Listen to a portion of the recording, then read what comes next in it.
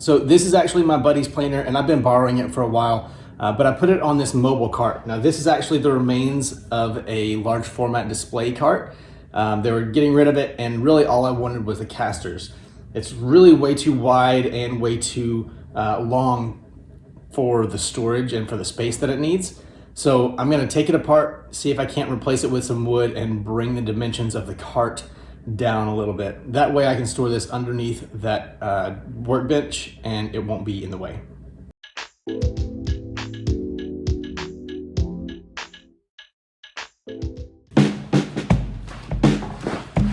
Oh, this is heavy.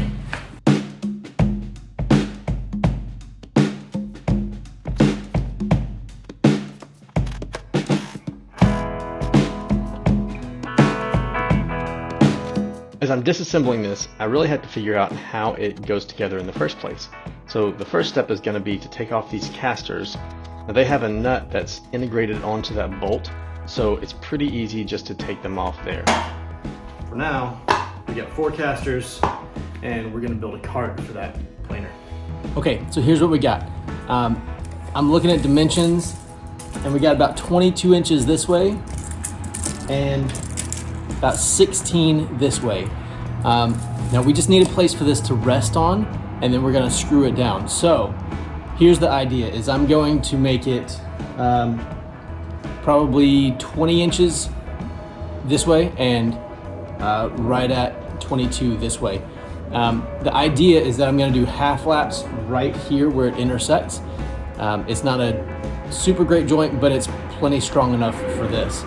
And then on this section of board that comes out from here, that's where I'm gonna drill and tap the holes for the casters. First thing I need to do is test the casters and test this pine, see if we can get some threaded action going on. We'll see. The pine is a pretty loose grained species. For tapping holes in wood, you typically want a tight grain. So unfortunately, I don't have any inserts that are this thread size and count. So we're gonna try to tap it into this wood and see. This is some of the wood that we had lying around. So let's see what we can do with this. Taking the measurements, and this is about a 3/8 before you get to the thread. So I'm gonna drill a 3/8 inch hole right here and then see if we can tap it from there.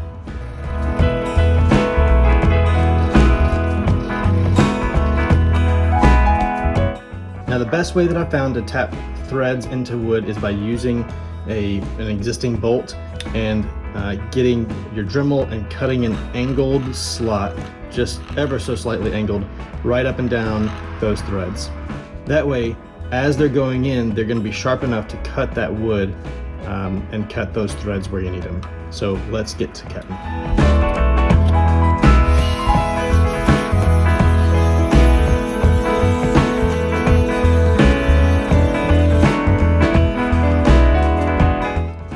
I started off just trying to do this by hand. I couldn't really get enough downward force to get it going really vertical, so put it up in a drill, and that seemed to work a lot better.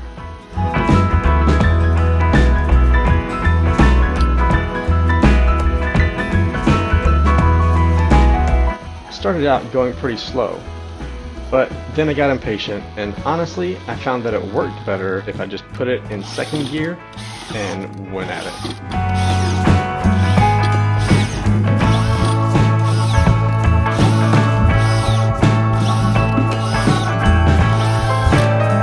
I'm not sure if you can really see it, but those are some decent threads. So I've got my boards cut here, and the way it works out is I need to have 2 inches on either side of where this is going to be. So we're just going to mark that here.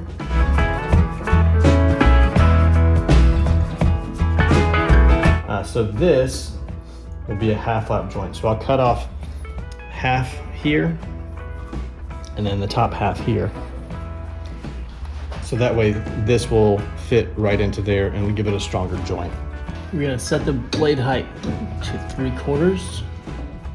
That is just about right. And we just take our time on the table saw, making the cuts where we need them. eventually be able to knock out those pieces. You can do it with a mallet or a straight up hammer. Either way works.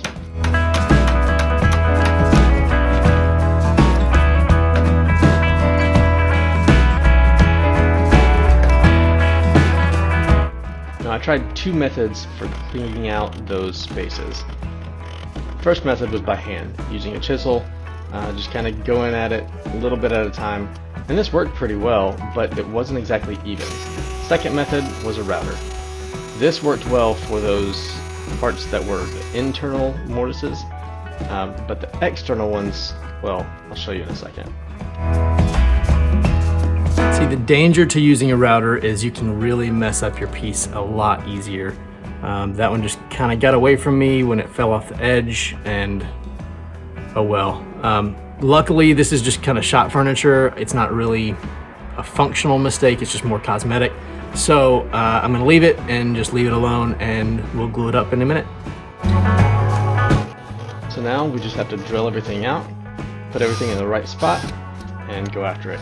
Make sure that you clean out that slot every now and then, otherwise it'll get gunked up and it won't be able to cut those threads properly.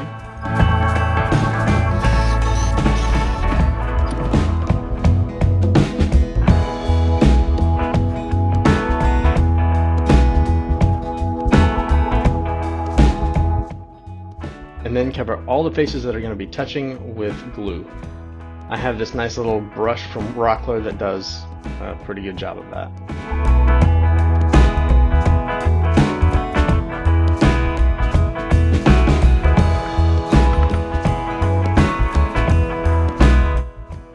And here we're just going to install the casters on the frame.